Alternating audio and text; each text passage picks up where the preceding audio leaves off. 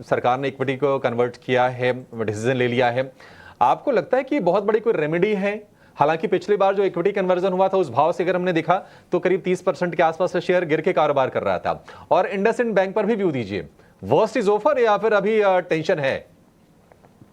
देखिए, Vodafone idea के अंदर क्या हुआ है, सरकार ने अपने डेट को इक्विटी में कन्वर्ट कर दिया। जब इक्विटी को आप डेट में कन्वर्ट करते हैं तो क्या बिजनेस एंट्री होती है, आप उतनी जो डेट है उतनी बड़ी इक्विटी बढ़ा देते हैं। तो वोडाफोन के जो नंबर ऑफ शेयर्स हैं, बिकॉज इसके अंदर कई बार कन्वर्जन हुआ है जीआर का, वह इस लेटेस्ट कन्वर्जन के बाद करीब 10,000 करोड़ की वैल्यू हो जाएगी, 10,000 करोड़ शेयर हो जाएंगे।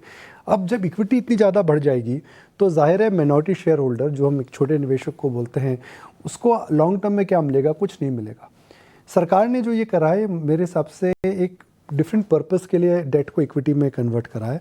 सरकार इस बात में कई बार कह चुकी है कि हम इंडिया में जो टेलीकॉम मार्केट है इसको 2 प्लेयर मार्केट नहीं रखेंगे, हम इसको एक कॉम्बिनेशन फैक्टर रखेंगे जहाँ पे 2 बड़े प्लेयर, एक छोटा प्लेयर, एक सरकारी प्लेयर है जिसे हम बीएसएनएल बोलते हैं। क्योंकि बीएसएनएल की प्रेजेंस मेट्रोज में नहीं है तो सरकार ने कहा है कि भाई जियो और भारती के अलावा भी हम एक प्लेयर रखेंगे। उन्होंने वोडाफोन को बंद होने के लिए या इंडियन मार्केट के अंदर केवल 2 प्लेयर ना हो, उसको वो सिचुएशन नहीं आए, वो करने के लिए काम करा है।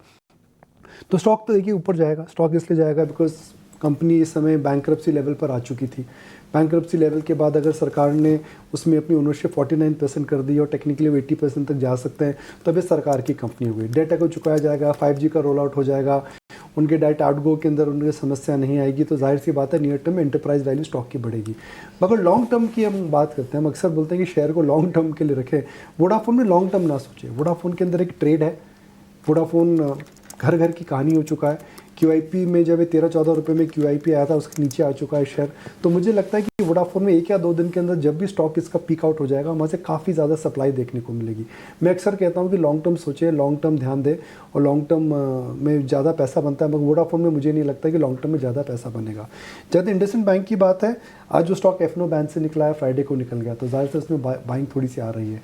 कई लोगों का ये भी मानना है कि भाई जो प्रोमोटर ग्रुप है उन्होंने 30 करोड़ शेयर अशोक लेलैंड को जो प्लेज करे हैं, शायद उसकी वजह से वो इंडसइंड बैंक का जो वो प्लेज है, अनप्लेज है, वो कम कर रहे हैं, जिसकी वजह से प्रेशर हट रहा है। भाई इंडसइंड बैंक के अंदर एक अंग्रेजी में हम कहावत कहते हैं जी, it is better to go for bird in the hand rather than 2 in the Bush.